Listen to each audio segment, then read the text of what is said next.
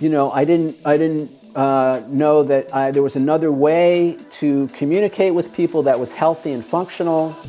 A lot of the self-judgment, the self-condemnation, the self-recrimination that we've been talking about came out in my relationships when I felt vulnerable. A lot of this is fear of intimacy, fear of getting close to people, because for me, the fear was, well, geez, once they get to know me, they're not going to like me. So I can't really let people get to know me. I have to keep up that wall, I have to keep up that distance. And that was just, it's not because I'm a bad person, it's not because I'm a screwed up person, it's because that was the only way I knew how to feel safe in those situations.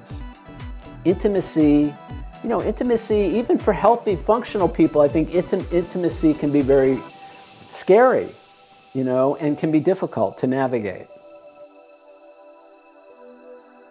So this was my way of taking care of myself when I didn't know another way. And I was just doing what I learned as a kid and as a young adult and all of that. The point is, all of these characteristics and behaviors created a lot of pain in my life, a lot of dysfunction. And what I learned, primarily through working the Codependence Anonymous 12-step program, and also all the other things that I've done over the years, is that there's another way for me to take care of myself, for me to feel safe, for me to feel loved in my relationships, so I don't have to resort to these patterns of or defects of character, to take care of myself. There's another way to do that. So if you're interested, if you want to find out more, go to the codependence.org website, coda.org. They have a lot of great material there.